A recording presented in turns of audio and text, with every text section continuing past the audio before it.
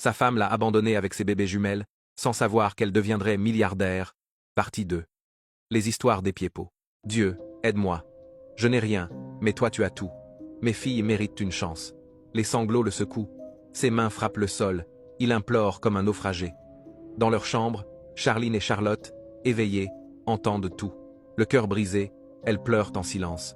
Leur père, ce roc qui n'a jamais fléchi, pleure à cause d'elles. Puis un calme fragile revient. Les jumelles prennent une décision. Elles diffèrent leur admission. Ce n'est pas un renoncement, mais une stratégie. Elles travailleront, économiseront et aideront leur père, quitte à attendre 1 an. Ensemble, elles partent chercher un emploi. Après une litanie de refus, un restaurant propre et bien tenu leur ouvre enfin ses portes. Dès le premier jour, elles se montrent exemplaires. Accueil chaleureux, service soigné, respect constant. Les clients apprécient, les pourboires tombent. Quelques hommes tentent d'exploiter leur précarité. Elles restent droites, refusent de troquer leur dignité. Le soir, à la maison, elles comptent chaque pièce, consignant chaque billet. Puis elles prient avec leur père. Simon ne cesse d'intercéder pour elles. Jour après jour, tous trois s'agenouillent et demandent à Dieu de bénir l'ouvrage de leurs mains, décidés à transformer l'épreuve en avenir. Après 7 mois d'efforts, continu travail acharné, économie stricte et prière, Charline et Charlotte ouvrirent un petit restaurant. L'endroit n'était pas grand, mais propre, soigné, accueillant. Elles cuisinaient des plats savoureux, traitaient chaque client comme un membre de la famille et s'appuyaient sur les réseaux sociaux pour se faire connaître. Rapidement, l'affluence augmenta. Le bouche à oreille joua, le lieu gagna en popularité. Les sœurs s'élevaient pas à pas, sans relâcher leur discipline. Elles mettaient de côté chaque sou, gardant au cœur la flamme de leur rêve de médecine, même si la vie semblait tracer une autre route. Un soir, après une journée harassante, Charline nettoyait les tables lorsqu'elle aperçut une mallette noire sous une chaise. « Regarde, Charlotte, quelqu'un l'a oubliée. » Elles l'ouvrirent prudemment. À l'intérieur, des documents importants et une liasse épaisse de dollars. « Le propriétaire doit être très riche, » souffla Charlotte. Elles refermèrent aussitôt la mallette et la rapportèrent à la maison. Simon, informé, approuva sans hésiter. Elles avaient bien fait de la garder en sécurité.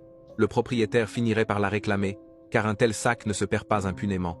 Tôt le lendemain, elles revinrent au restaurant avec la mallette. Près d'une voiture noire lustrée, un homme à l'allure aisée, visiblement inquiet, demanda « Auriez-vous vu une mallette noire ?» Charline la lui tendit avec précaution. Il la récupéra, soulagé, remercia brièvement, monta dans sa voiture et disparut. Charlotte, mi-amusée, mi-déçue, plaisanta. « Il aurait pu nous laisser au moins un billet. » Elles rirent et reprirent le service, seules aux commandes d'un établissement encore trop modeste pour embaucher, mais porté par un espoir tenace. Vers midi, la même voiture revint. L'homme en descendit, souriant. « Je suis Brian. Pour votre honnêteté et votre fidélité, je veux vous récompenser. » Les jumelles échangèrent un regard.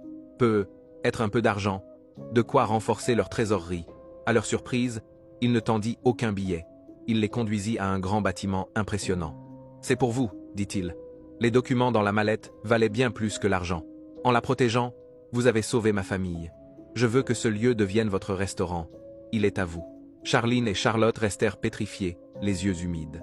Leur labeur, leur intégrité, cette succession de choix exigeants prenait soudain sens.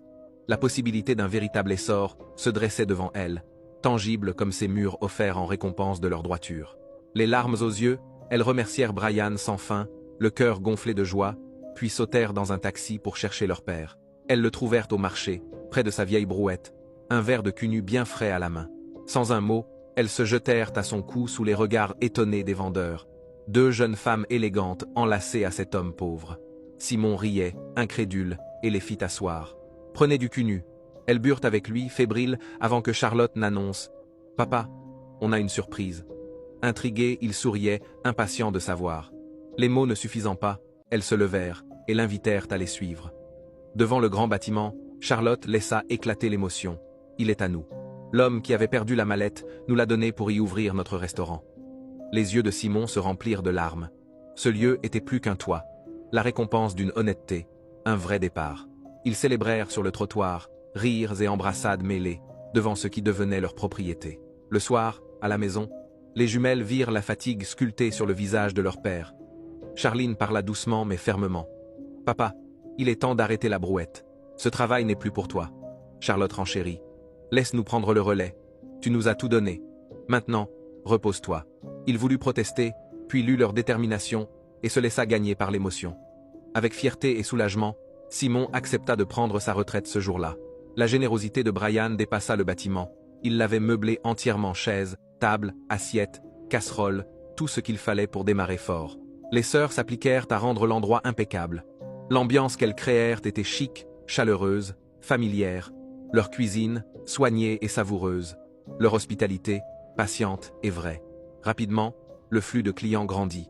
On venait pour les plats, on revenait pour l'accueil. Le restaurant devint plus qu'un commerce, un symbole d'espoir né du travail et de la persévérance. La preuve tangible qu'une droiture tenace peut ouvrir des portes que l'argent seul n'ouvre pas.